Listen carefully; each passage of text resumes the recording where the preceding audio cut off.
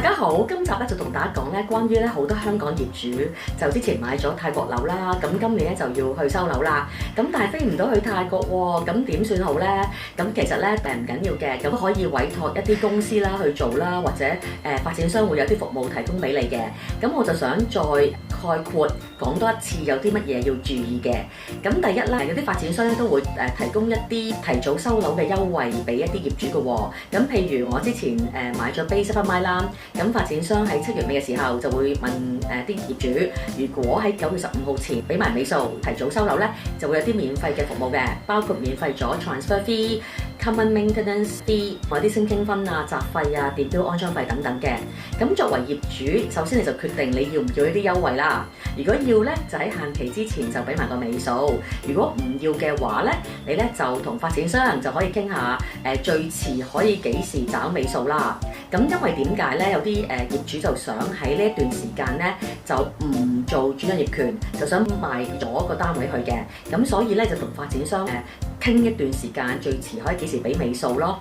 咁我聽聞有啲可以傾到幾個月㗎，咁所以呢樣嘢就盡量去傾啦。咁好啦，業主咧諗住去放埋個單位，即係唔做final payment 啊，咁都有啲提示啦。因為有幾樣嘢你都要考慮值唔值得㗎。因為第一樣嘢咧，你買咗單位嘅時候，可能你係一個高層單位，咁你嘅競爭力又係點咧？因為咧啲單位咧喺低層，佢買翻嚟平啲。咁另外泰國人買翻嚟個單位又平啲，或者佢 pre-sale 買嘅時候又有啲優惠，所以相對又平咗。咁所以呢樣嘢你要衡量值唔值得你放賣個單位，因為可能有機會你要蝕咗啲錢去放賣嘅喎。咁呢樣就諗下啦。咁我就會放租咯，因為我就諗辦法啦，出租個單位啦。咁就算假設1年都租唔出嘅，咁你最多等住喺度1年，咁可能你冇收到一個租金，1年等於港紙舉例400蚊嘅，咁都係一個有限數咯。咁呢個相對比較起你可能平賣呢樣嘢，你就睇下啦。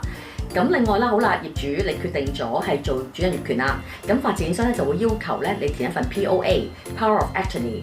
咁有啲發展商呢個 POA 咧就係要求去做公證嘅 Notarization， 有啲係唔需要嘅，純粹簽翻俾佢就得啦。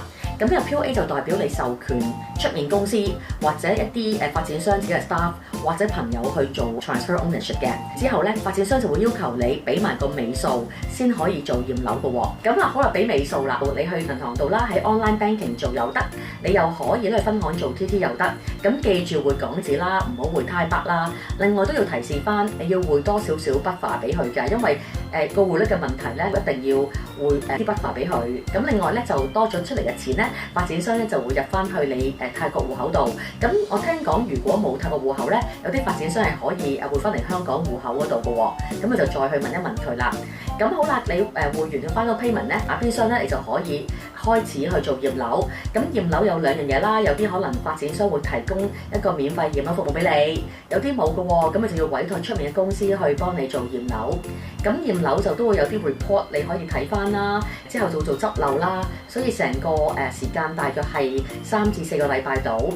咁邊商咧，咁發展商都會去 land office 咧去做呢個轉讓業權，咁做呢個 title deed 啦，個時間都係3至4個禮拜到嘅，咁所以差唔多同一時候咧就會完成晒2部分嘅嘢啦。咁當你執漏完之後啦，咁我自己為例啦，我就會揾 designer 去粉飾一下嘅，即係 decorate 一下嘅。如果有啲單位係冇 furniture， 當然揾出面公司做裝修或者再加翻啲 furniture 啦。咁呢度你要預翻啲時間，可能又會預多2個禮拜或者長啲4個禮拜度啦。咁你自己去預算啦。